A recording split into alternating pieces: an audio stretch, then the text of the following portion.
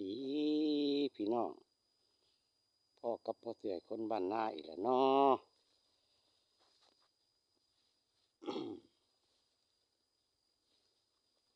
มื้อนี้กับพ่อเสือที่มารีวิวเขาหลังจาก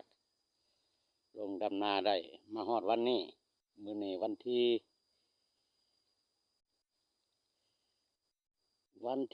่4เดือนสิงหาเดือน8เนาะพี่น้องปี2024ประมาณได้อยู่4 อาทิตย์เดือนหนึ่งนั่นล่ะเนาะข้าวหน้าพอเตือยก็เริ่มเขียวหนาขึ้นแล้วได้พี่น้องเป็นทันเป็นแถวมาแล้วไปเบิ่งน้ำกันพี่น้อง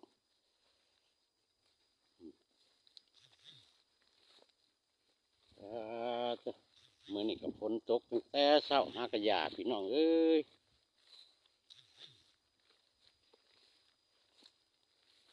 ดอนโพนอันนี้ก็พอเตือยบ่ทันได้เช้า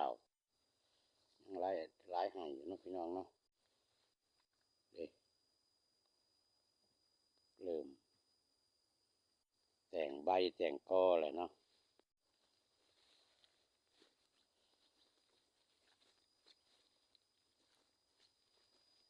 เขียวทุ่มทั่วทุ่งนาพี่น้องเอ้ยธรรมชาติบ้านนาเนี่ยชาวนาเขาก็มีความสุขอยู่กับบรรยากาศธรรมชาติ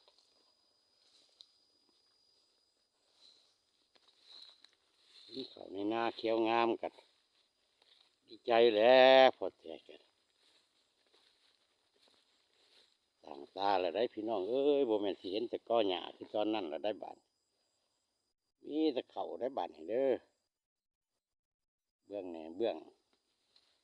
ดำท้ายๆก็ยังบ่อยากงามปานใดเนาะพี่น้องเนาะเบื้องสีดำก่อนเนี่ยเขียวมาละบางไห้ก็แตกหน้าล่ะบ่ได้บางไห้และเกือบคู่ไห้พี่น้องเอ้ยแต่ว่ามันงามยังบ่เสมอกันคัก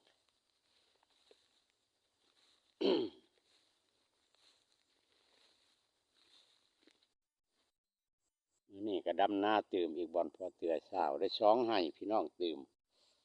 มีนางดำให้ที่ช้องใกล้สิแล้วล่ะดำกับพอเตือคนละดำแต่เช้า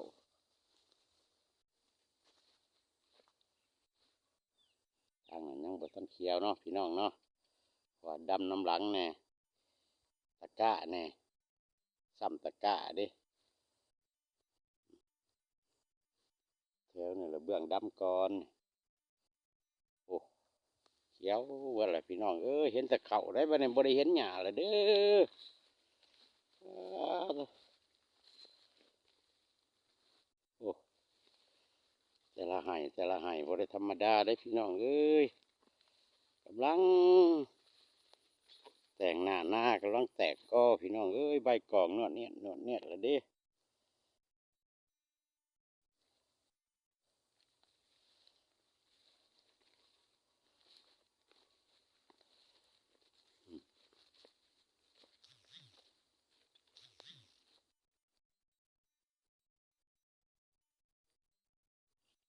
โพนแต่ละเหนื่อย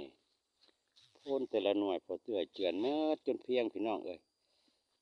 อันตัวสิเห็นยังน้อยหนึ่งพอมีเครื่องปลูกมีมะเขือคืนก็เลยจงไว้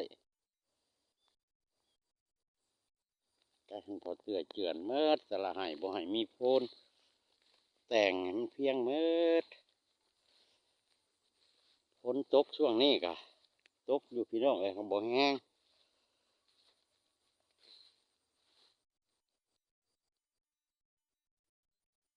นี่ก็ตกพี่แถวโน้นพี่โถใบกองเนี่ยพี่น้องเอ้ยสะอ่อนเด้อไอ้บ่ย่องก็ย่องเองเนาะพอเตื่อยก็ได้พอตำเนี่ยผ่าเลยพี่น้องเลยลูกสาวมาบ้านเนี่ยอีพ่อใส่ปุ๋ยหลายบ่อีแม่ใส่ปุ๋ยหลายบ่คือใบกองแท้บ่ได้ใส่ไรมันตั้งงามได้วะแนวดินของงัวเก่าเนาะพี่น้องเอ้ยมันหลดงามแท้ปุ๋ยก็บ่ว่าดอกบ่ใส่ก็ใส่บางๆไปเหรอแต่ว่าเขามันงามผิดปกติ งามก่อนอายุว่าละก็ได้ บ่ทันถึงเดือนได้พี่น้องเอ้ยอันแถวโน้นนี่ได้งามกว่าจุดำก่อนทันอีกอืมป๊อดใบมัน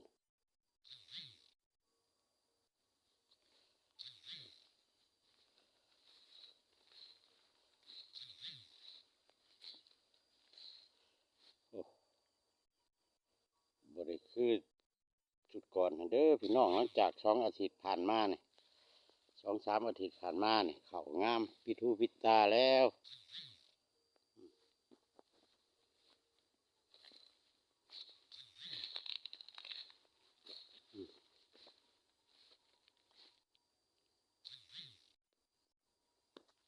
ป๊อด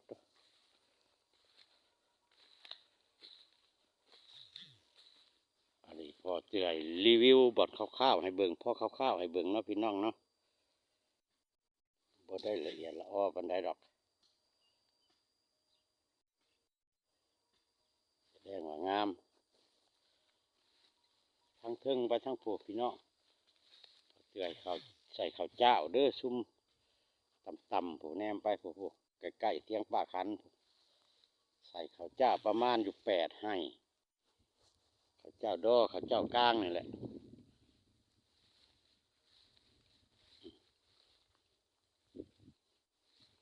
เอ๊ะมาเบิ่งบอลพอเตือสาวใหม่ได้พี่น้อง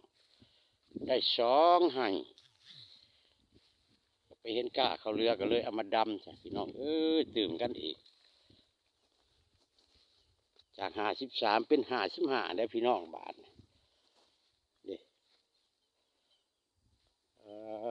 อพอเตือสาวก็ได้2 ให้พี่น้องอืมตัวสาวใหม่แล้วเนี่ยโอ้แม่ยางดำ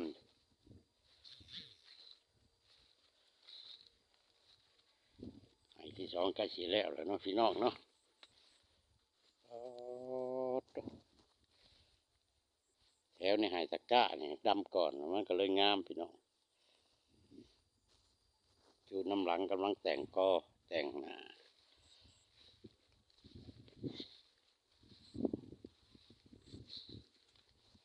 เป็นอะไรแม่นาง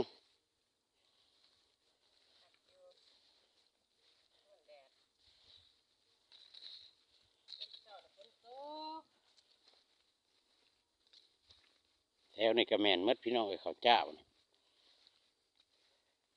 ดำน้ำหลังนี่บ่ทันแต่งหน้าแต่งตายังเหลืองอยู่เนาะอีกประมาณ1-2 อาทิตย์ก็สิต่างดอกเด้เสือสาวใหม่ได้2 ให้พี่น้องให้ที่3ยังบ่แล้วสิสาวไปหลายๆให้อยู่ดอกบ่ว่าจะ2-3 ให้พี่น้องตามเวลาเพราะว่าเนื้อที่ของพอเตือยังหลายบ่อนให้สาวเนาะ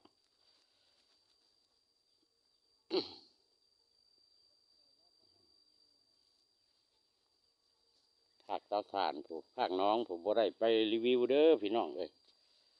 ภาคเบิ่งนะคะ13 ให้มาเฮานี่ก็พอเตือเขาฝากคลิปไว้ซำนี้เนาะพี่น้องเนาะฝากพี่น้องเนี่ยเด้อกดติดตามพอเตือยแน่กดไลค์ให้กำลังใจพอเตือยแน่ท้ายนี่กับพอเตือยขอกล่าวคำว่าสำบายดี